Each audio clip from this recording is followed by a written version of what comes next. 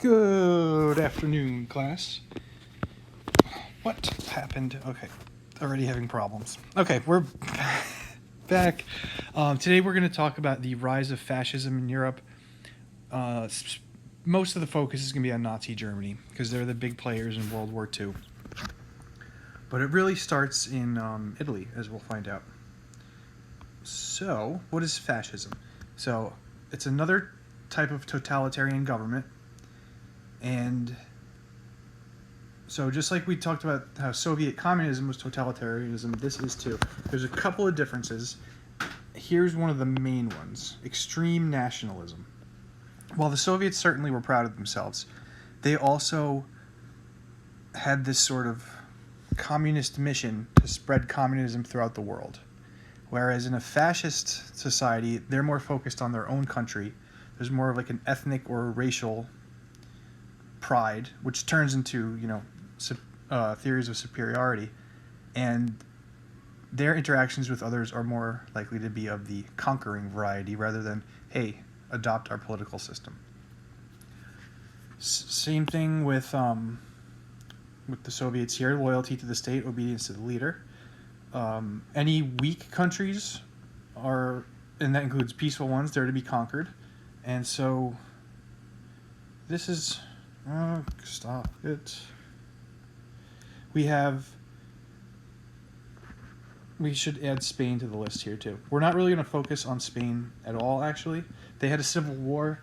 The fascists won, and then they kind of isolated themselves, and they didn't even take place in World War II. Take part in World War II.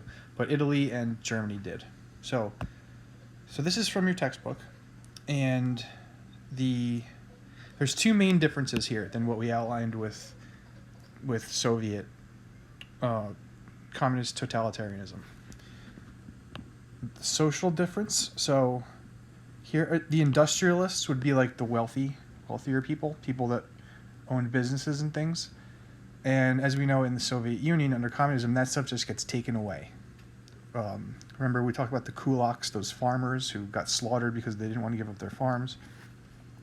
The other thing is in the political arena, this nationalist, like I just talked about, really focus on nationalism, and which then usually turns into some sort of racism. The similarities with communism, we have, again, state more important than the individual. We have the charismatic, larger-than-life leader. It's authoritarian, which is just like very similar to totalitarian. In the culture, again, censorship, so this means no freedom of speech. We have the indoctrination, so the youth like brainwashing schools, and we have the secret police, just like the communists. And economics, economic functions controlled by state corporations or by the state. So on Friday we talked about this. It's called the command economy.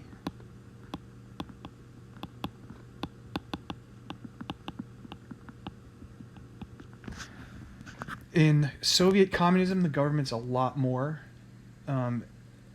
influential in how the economy runs, but when we get to it, for example, Nazi is a shortened term for the National Socialist Workers' Party. So it's a socialist system, and from everything I can tell, they're both communism and fascism both involve that. I can't even talk today. Both involve forms of socialism, but the two types hate each other because they're like, you're doing socialism wrong. It's supposed to be this way, not that way. And since both systems are dictatorships, which are brutal and oppressive, they have no problem going to war with each other. So like I mentioned, the Spanish Civil War, it was fascists against communists, basically about who's going to do socialism the right way.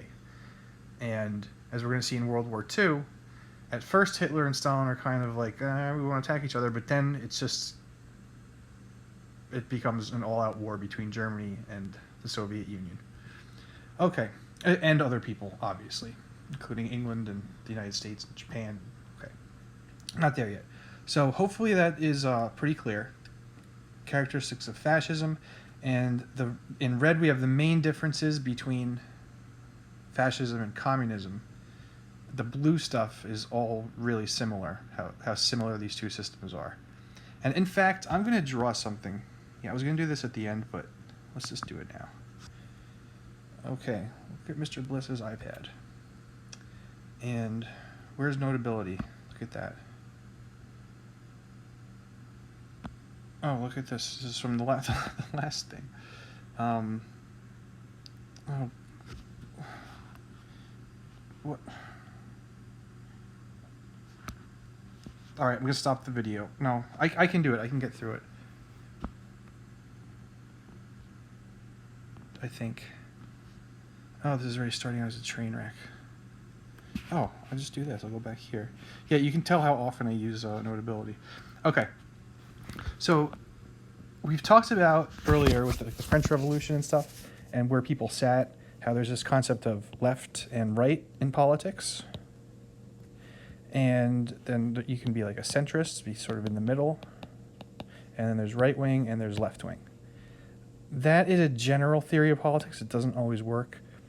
There is another sort of theory, and again, with political theory, this is opinions, and there's some people that disagree with this 100%, but it makes perfect sense to me, and that's why I'm telling it to you. It's called the horseshoe theory. And that's my drawing of a horseshoe. It's terrible. The horse has a very misshapen foot, poor guy. But here would be the centrist. This is like the more right wing. Here is the more left wing. And so in the United States, for example, you'd have like the Republicans over here, the Democrats over here, independents sort of in the middle somewhere. And the key difference about the horseshoe theory is that as long as you are like above this line, you're good. You're totally you're pretty normal. And you're gonna have your differences, but you can get along. And so remember we talked about the Enlightenment and classical liberalism. This up on the top here is classical liberalism.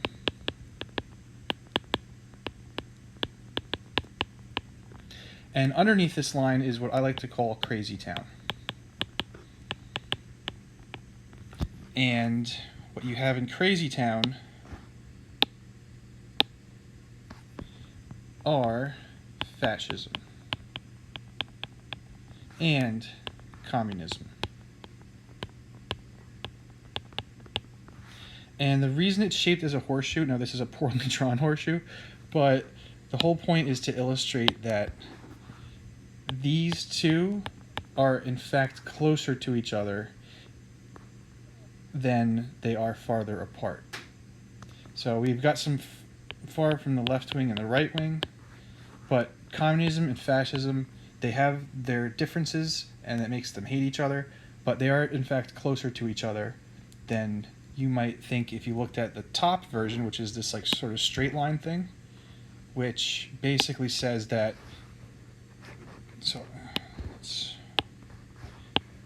so we have horseshoe on the bottom, and then I'm just going to write linear up on top, straight line. In the linear view, they would put fascism as extreme right wing and communism as extreme left wing, which is true because and the horseshoe theory shows this because it's taking certain things all the way down. But what the linear one does not represent at all is that it shows communism as the farthest thing from fascism, when you really break it down and look at them, they are really similar to each other. They have their differences, but they are very similar to each other. So I hope that makes sense. And now back to the PowerPoint. I was playing a game. How embarrassing. Okay. Whoops. Okay, I guess it erased all my circles, but that's totally fine. So, Italy. Italy was very disappointed by the Treaty of Versailles. Even though they helped negotiate it, they didn't get as much land as some of the other countries got. And the economy was not doing well. This is in the 1920s. The economy wasn't doing well. unlike other places like the U.S., which was going through like the Roaring '20s, where people were making tons of money, and so the fascism starts in Italy, really, and it comes from this thing here. This was the symbol, but this thing in the middle is called the fasces. And what it represents, it's a bunch of like sticks and wrapped together with these leather strips. So the idea, and you've probably seen this in other places, some cultures did it like with an arrow. If you have one stick, you can break it in half easily, but if you have a bunch of them together and you try to break it in half, you can't, because there's like strength in unity. And so this is the symbol that Mussolini, who's going to be the leader of the Italian Fascist Party, takes on. It goes back to the old Roman Empire, when this object, the fasces, was actually it's kind of funny, carried by bodyguards of senators and things to like basically beat the peasants if they tried to get too close to senators while they were walking down the street. So that's the fasces, and so Mussolini takes this concept, and again, with fascism, there's this like national sort of like ethnic pride. So for the Italians, there's one of two places to go: awesome artists, or if you're a little bit more warlike, go back to the Roman Empire, which conquered like the known world when that they knew about. So he's going to go back to Roman Empire kind of stuff to get Italians really excited about joining the fascist party.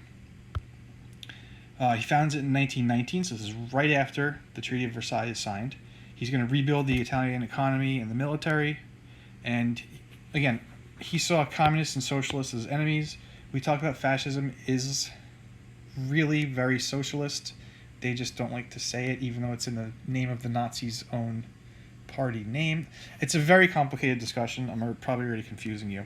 But he wins support from middle class, aristocracy, industrial leaders. This is where fascism is very different from communism, because communism, you'd never get support from the aristocracy, because communism means we're taking all your stuff away. The more you have, the more we're taking away. And so a fascist leader would use threats of communism or socialism to be like, hey, they're coming for your stuff. We got to be strong against it. Mussolini takes power in October 1922, where 30,000 members of the Fascist Party march on Rome. They demand that the king, Victor Emmanuel, puts Mussolini in charge of the government.